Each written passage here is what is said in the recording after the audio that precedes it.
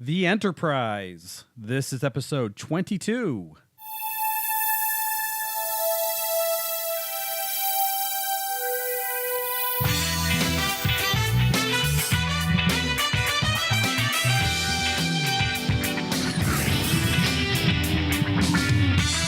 You're listening to 70s Trek with Bob Turner and Kelly Casto, the fan podcast that looks at Star Trek in the 1970s. It was the decade that built a franchise. It certainly was. Welcome to 70s Trek. I'm Bob Turner. And I'm Kelly Casto. This week, I'm so excited. We talk about one of our favorite characters on the show, the Enterprise. Yeah, and we're referring to the Enterprise as a character because, you know, that's what it was to our generation who watched Star Trek in the 70s. Don't you think so? Absolutely. That was one of my favorite characters. Absolutely. Right, Scotty. Absolutely. And at that time, it was the only starship we knew about as well. That is correct. Thank you. Before we get into that discussion, let's tell everyone how they can reach us. You can find us on our Facebook page at facebook.com/70strek. It's a perfect place to leave a comment, or you can ask us a question. You can also find the show on iTunes. Just search 70s Trek in the podcast area. We hope when you do, you'll leave us a rating and a review because that helps the show get into the hands of other listeners.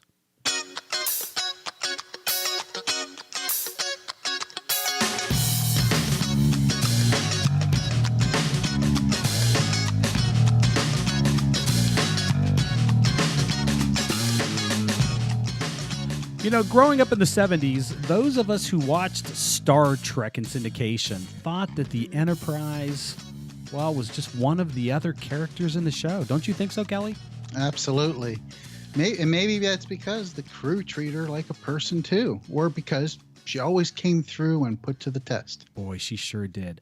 I also think that Gene Roddenberry wanted the Enterprise to be thought of as something special, you know, just not an ordinary ship. He certainly made sure that the Enterprise, anyway, was portrayed that way, the way the characters spoke about her, for sure. And as a result, those of us watching the show in the 70s, man, we really developed an attachment for that ship. And maybe that's why it hurt so much when she was destroyed in Star Trek 3. Oh, I know. It still bothers me, and I've seen that movie 100 times. And I'm verklempt. I do. It still bothers me. You know, it's funny. We can kind of get into our conversation here, but before we dive too deep, I just wanted to say, sort of the difference, and I've read this in other places, between Gene Roddenberry, you know, who produced the show, and Harve Bennett, who produced the movies. Roddenberry went to war, you know, during World War II. The B-17 that he flew in, those crews, they named their ships. They thought of their ships as something special, and they took care of them. Harve Bennett went to war during Vietnam, in Korea, and he flew helicopters, but the helicopters were considered expendable. They weren't your friend. They didn't take care of you the way the B-17 did to those crews. And I wonder if that's why Harve Bennett thought nothing about blowing up the Enterprise. Stinking Harve. Harve! Hey, let's talk some history. What do you think? Sure. You know, before we dive in to talking about the Enterprise, yeah, we have to look back a little bit. Roddenberry used the name Enterprise because he wanted to pay tribute to the naval tradition that name carried. But, you know, it wasn't the first name.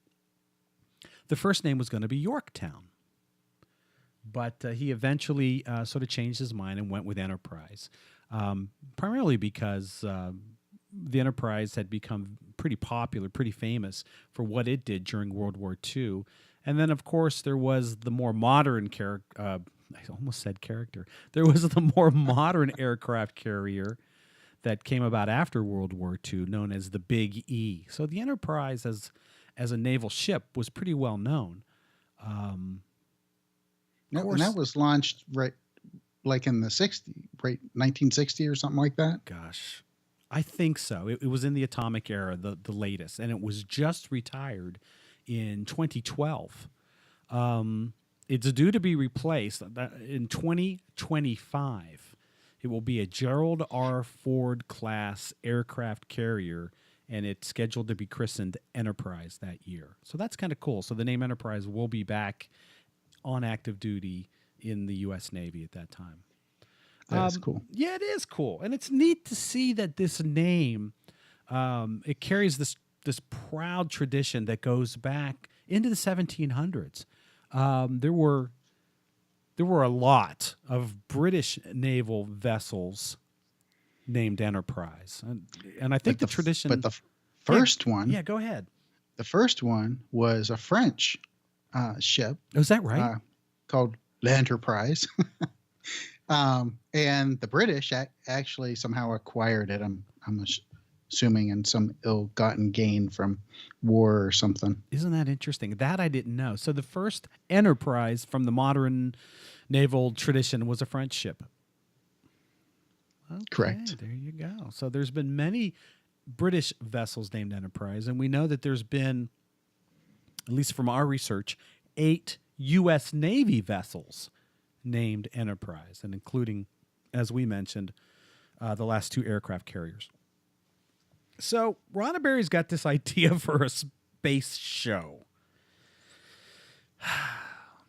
But what he doesn't want to do is recreate Flash Gordon or that idea of a rocket ship. And he kind of is looking for something new. But he doesn't know what he wants.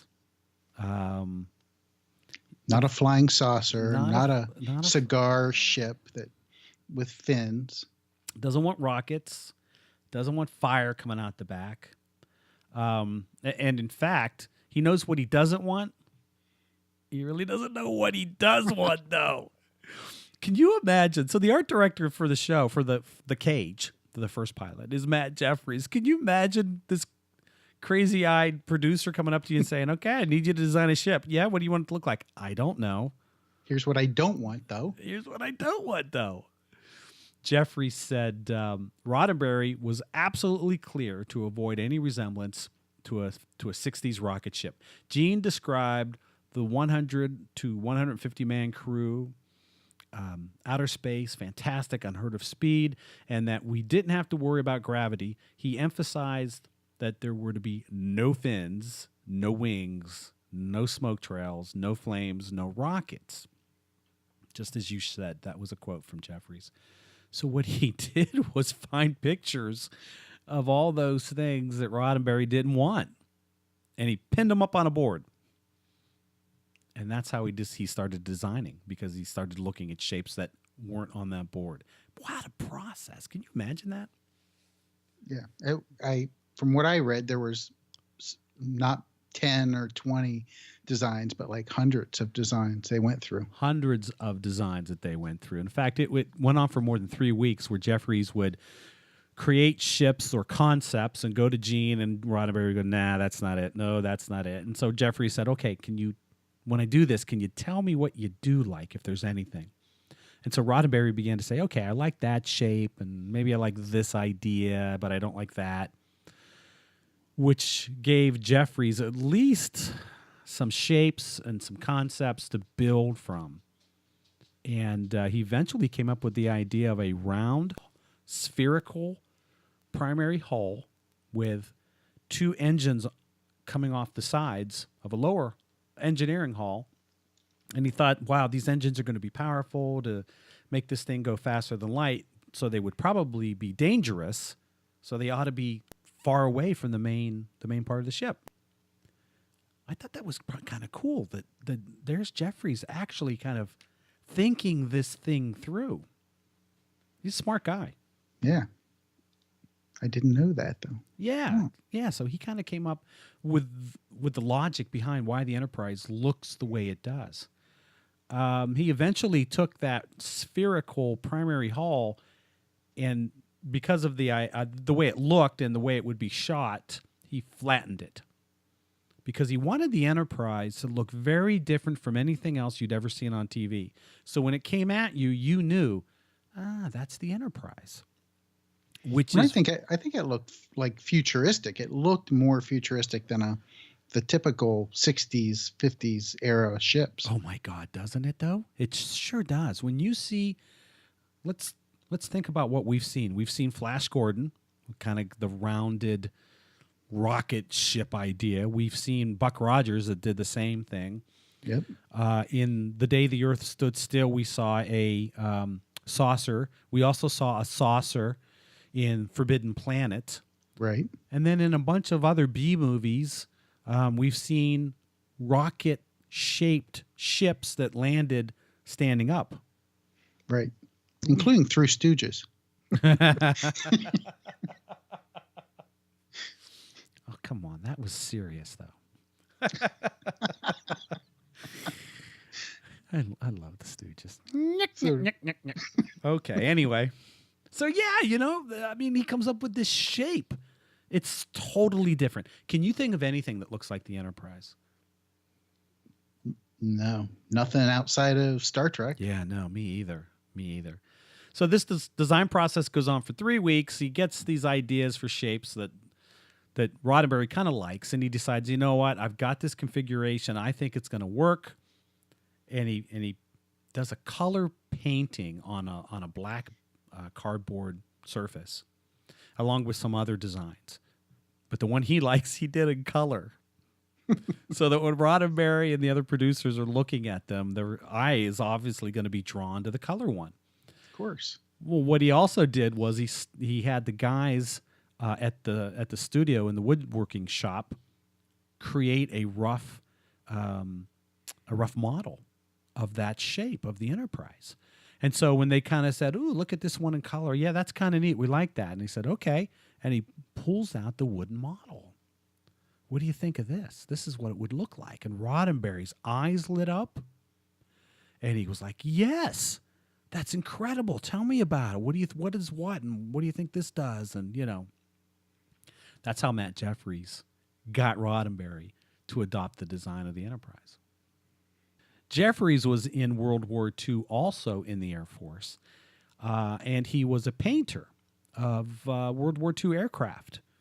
And so he was real familiar with aircraft design. He actually took shapes and maybe the way certain parts were made on an airplane and applied them to the Enterprise. So subconsciously, to people looking at it, it looked like it could fly because you saw things on it that looked reminiscent of an airplane. Pretty smart idea. Yep. Pretty smart idea. Yeah. This is the last piece I'll bring up. People have asked him over the years I should say he's passed now, but they used to ask him, how did the registry number come up? Now, the NCC part, there is some sort of international code for different countries. N is for the U.S., CC is for the Soviet Union, I think. And he had this concept that, hey, look, to do this, it's going to require all of mankind to unite. And so he took 2 of those codes, put them together, NCC. And he thought, well, this way it kind of says it's international in flavor. Right, a mix of both. Yes. And at the time, Russia, USA, the 2 powerhouses. Right. And, of course, further away from being united than at any other time. But he kind of had that idea that this is going to have to be a cooperative effort. And then the idea of the number 1701, a lot of people have speculated, maybe that was the number for his plane or what have you. No, that wasn't it. He wanted numbers that would be very easily recognizable and not confused with others. You know how sometimes you might look at an 8 and think, well, maybe that's a 3. Or you look at a 9 and you're like, I'm not sure. Is that So he chose the numbers that were definitely recognizable. 1701. Very recognizable. Easy to identify what they are. That's how he came up with that number. Well, also later, or maybe not later, part of it he came up with, which was it's the 17th Federation cruiser design and the first ship in the series. Yeah, I like that. I didn't know that. So he kind of applied that logic to it later? Yep. I like that. That match, I got to tell you, as we have gone through doing a lot of this stuff and a lot of research, Matt Jefferies emerges as one of my favorite actors in this play of Star Trek. You know, he's one of my favorite guys that had his hands in the production side. Definitely. Hey, just one last, let's dispel a rumor, because Jeffries, gave, quoted where he came up with that number, but there was a thought that this was his registration number for a plane he owned in Waco, a biplane, actually. So I didn't know if you knew that either. Ah, okay. There you go. Good. So it might have been the registry number on his biplane, but this is how he came up with it. So let's talk about Star Trek Enterprise, the model. I like it. Go ahead. So in my research, there's 4 models that were created. The first was for the pilot, the cage, and it was they called it the 3-foot model. It was 33-inch. It was a sturdy model. It had really no electronics in it at the time. They also, well, Jefferies, let me back up just a little. Jefferies sent the design he wanted to the Howard Anderson Company. They actually did the model building, at least for the first 3-foot model. Then they used that template to create the more recognizable, and the one that's in the Smithsonian, the 11-foot 2-inch model. Isn't that amazing? They sort of had that. They needed that little remodel to kind of look at and work off of. Yeah. And so they used that model, the 11-foot model, for the second pilot. Now for that second pilot, no electronics in it yet. After the show picked up, then all kinds of modifications happened. And over time, I'm sure they tweaked. But here's the list of some of the things that they did. They added lights, of course. The dish was reduced in size for the rest of the series. The bridge, it was reduced in size as well. The nacelles, they went through several changes before ending up with that partial spherical design. The antenna was the first part of that front nacelle. It got removed for the series. Let's see. Actually, if you watch Mirror, Mirror, the episode, it's those, the shots of the Mirror Enterprise are taken from the cage, because you do see the antenna on the front of the nacelles, and you see the larger bridge and the larger dish on the front. Right. Sorry, right. I just needed to interrupt. My apologies. No problem. So that's the 11-foot model, 11-foot 2-inch, and fortunately, it's been restored and sitting in the Smithsonian. Look it up; it's fantastic. Since you brought it up, let's talk about that for a minute.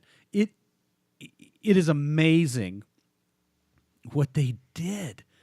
Apparently it was refurbished way back in the 70s when Paramount first sent the Enterprise to the Smithsonian. It's funny. I just saw a picture online, actually today or yesterday. That thing came in a couple of crates. There was a crate that held the saucer section, and then you'll love this. There was a crate where they jammed in the nacelles, and they put the engineering section and the neck in on top of them and just shipped them off. Jeez. And I'm looking at that, and there's no padding. It's not wrapped in any way. It's just kind of like these guys said, okay, put that in. Okay, now send it off. And it's just boom. I'm sure wood on that model as it was being shipped had to rub it. It probably scarred the surface in places. I'm sure the shipping in those wood containers probably hurt the model as well. Oh yeah, had to have. So it went through this minor restoration then. But what they did over the summer, if you haven't heard this, go to YouTube and Google the Smithsonian restoration of the Enterprise, and it's really amazing what they did.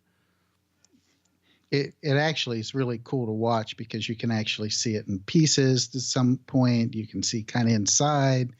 I geeked out on that video. Oh, absolutely. They had to X-ray it to kind of Right. look inside to see how the thing was constructed 50 plus years ago.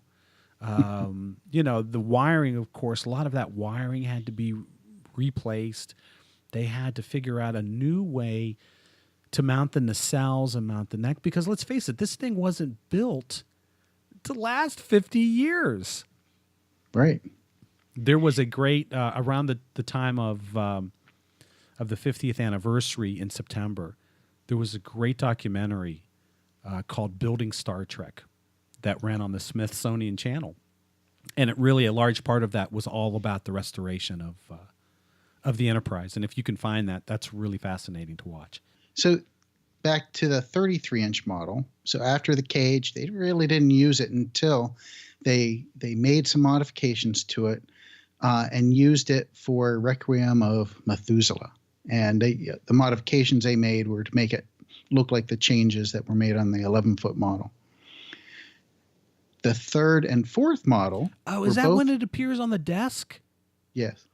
Yeah. Oh, okay. Yeah. Right.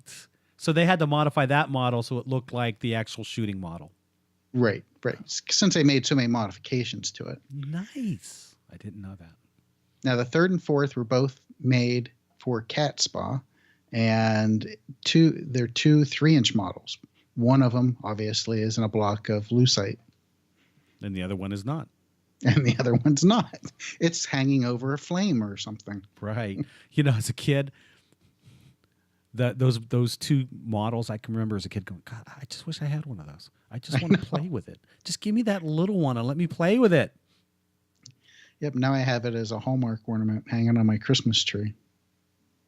Nice. I hope you can hear the love that we have for the Enterprise, because it's genuine. As I grew up in the 70s watching the show, it did seem like the ship was another character. And I was always fascinated to learn something about the Enterprise. Tell me more. How does the warp drive work? As you would watch the show, there would be clues that tipped you off about things. The warp drive, for instance, we know that it's a collision of matter and antimatter in a controlled explosion that creates an enormous amount of energy that's routed to the warp engines and creates a warp bubble, and then the ship flies faster than light.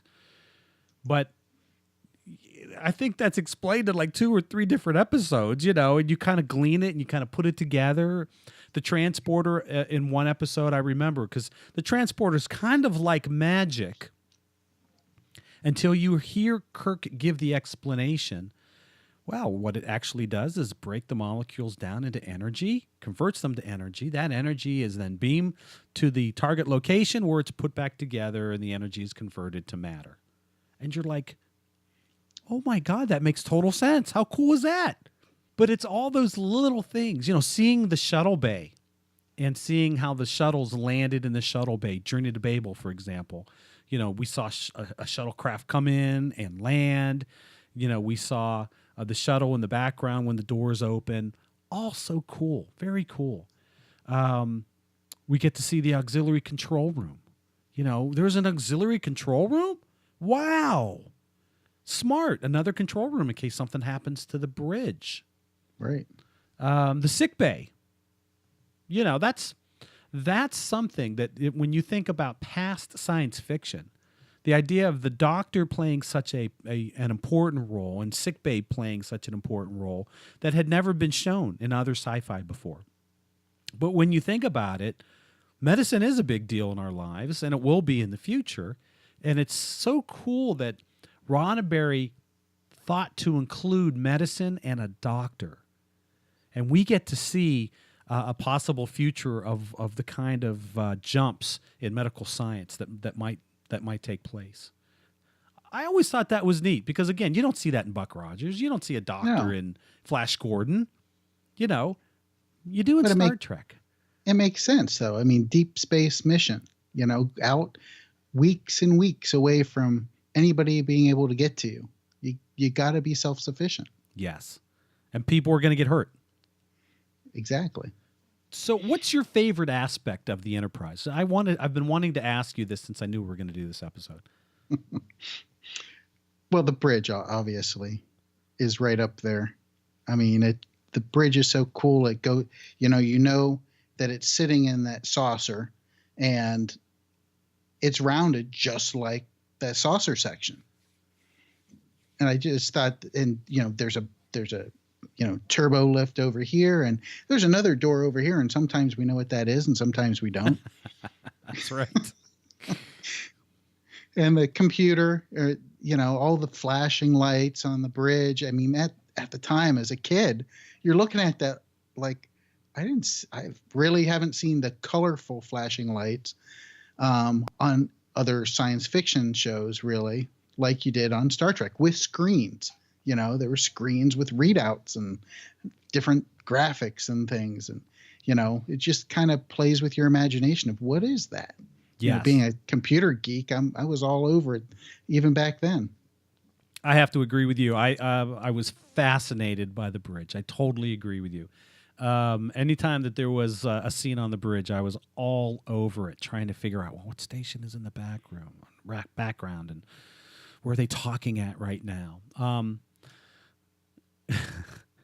As a kid, in our basement, we had a bunch of boxes and some platforms, and I built, it was a horrible replica, but I built what was my replica of the Enterprise bridge.